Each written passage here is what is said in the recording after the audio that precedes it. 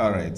So a lot of you have been reaching out to me and requesting some kind of training on how to write winning proposal.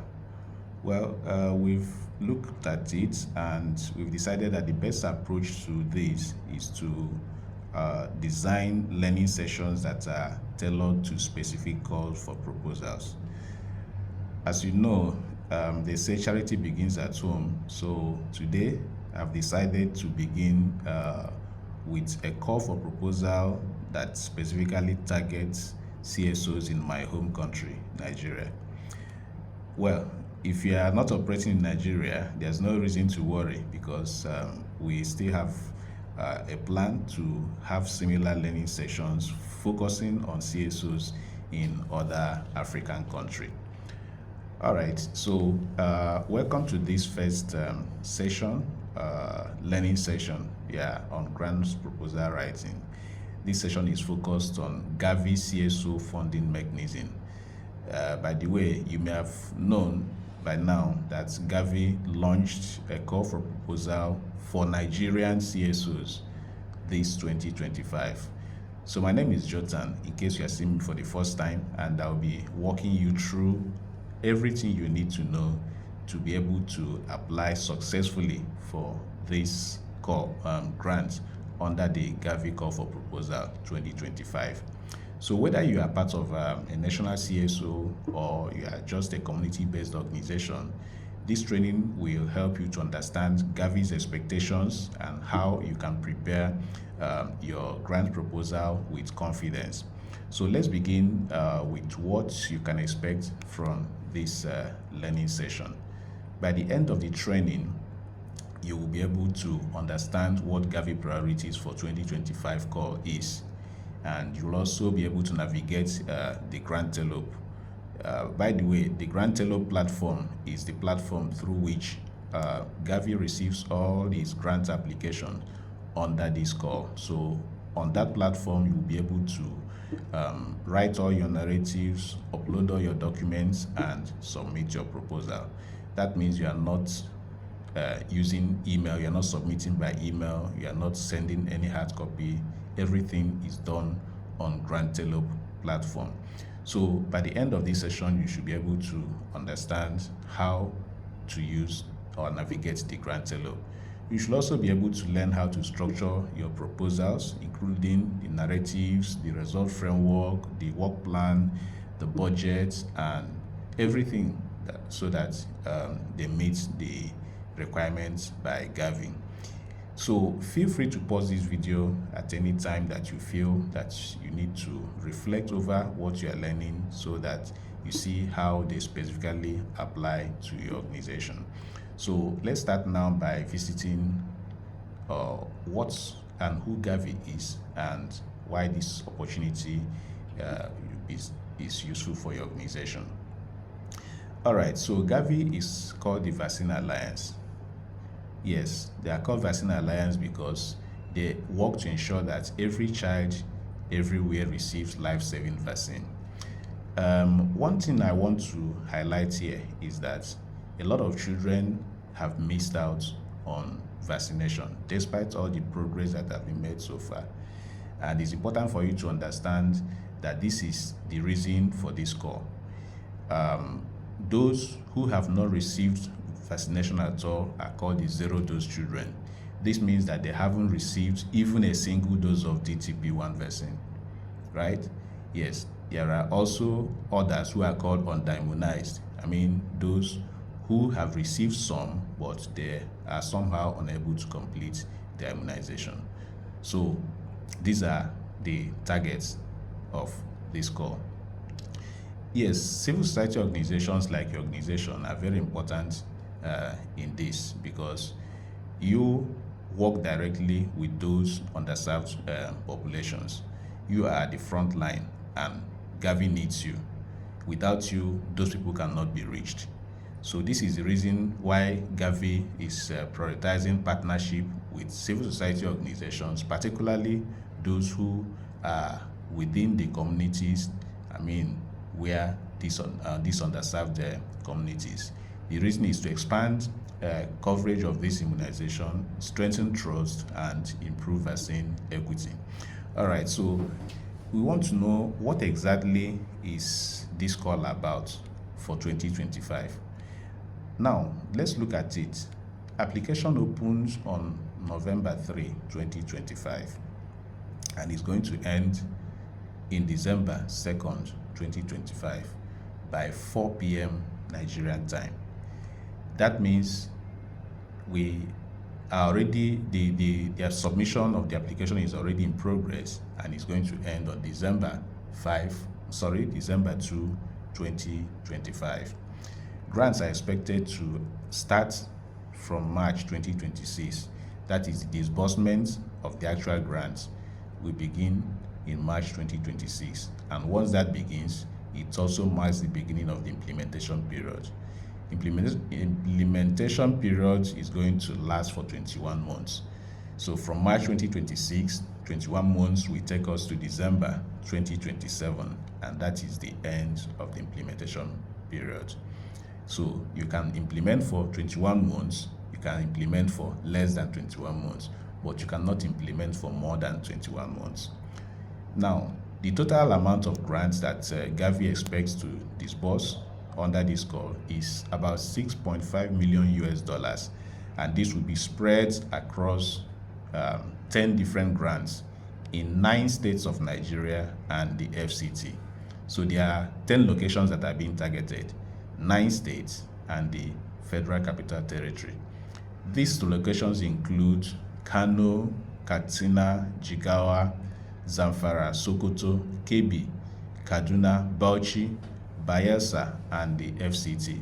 So it means that if your organization is operating in any of these 9 states or the FCT, then it seems that GAVI has designed this opportunity for you. Now, let's look at what GAVI wants really to achieve with this grant. And this is very important. I want you to pay close attention to this. There are 4 core objectives of this grant, what we can call 4 priority areas of this grant. And this is very important because if your proposal does not address any of these 4 priorities, it will not be considered. So it's very important that you pay attention and understand what the grant needs to address. The first core objective is to identify and vaccinate 0-dose and underserved children. I've explained who 0-dose children is, those who have not received immunization at all or vaccine at all. Then the under-immunized are those who have received some, but they've not been able to complete their vaccine. Then the second objective is to engage non-compliant households and ensure that children in those households receive vaccination. The third objective is to improve data quality at the health facility level. And then the final priority is to advocate for timely release and increased allocation of immunization and primary health care funds. So this means that every proposal must address at least one of these core priority areas or 4 objectives. So now let's talk about eligibility. I mean, who qualifies to apply? Like we've already mentioned, you must be based in Nigeria. The call for proposal is directed to Nigeria only. If you are not operating in Nigeria, you are not eligible. But there are also other eligibility criteria, which includes being a registered organization. You must be registered with the Corporate Affairs Commission in Nigeria to be eligible. Then you must also be a non-profit organization. So if you are not registered with the Corporate Affairs Commission, you are not eligible. And if you are registered but you are a profit-making organization, you are still not eligible, right? All right. So then you also need to have at least 3 years of experience in the area of child health and immunization. Yes, you need to have 3 years of experience in the area of child health and immunization. Now, it's important, it's not negotiable. Experience is very important. But if for any reason you don't have experience and you still want to apply, please, you must describe your experience in your application. I don't know how you want to do it, but you must describe your experience in your application. If you don't describe your experience, that has disqualified your application. So you must find a way to describe your experience in a convincing way. And if you also have some experience and you forgot or somehow failed to describe it in your application, that also disqualifies your application. The evaluators need to see your experience documented in your application, right? All right. So I've said that, take note of it. Then you also need to have a bank account that is able to receive funds in US dollars. If you only have Naira accounts, you are not eligible. So you must have a bank account that is able to receive funds in US dollar. This is particularly important for lead organizations because they are the ones that are going to receive funds directly from GAVI. Other partners can receive sub-grants from the lead organization when the fund is already in Naira. So, but for you that is receiving directly from GAVI, you need to have a bank account that is able to receive funds in US dollars. Now, about partnership, I can't overemphasize this.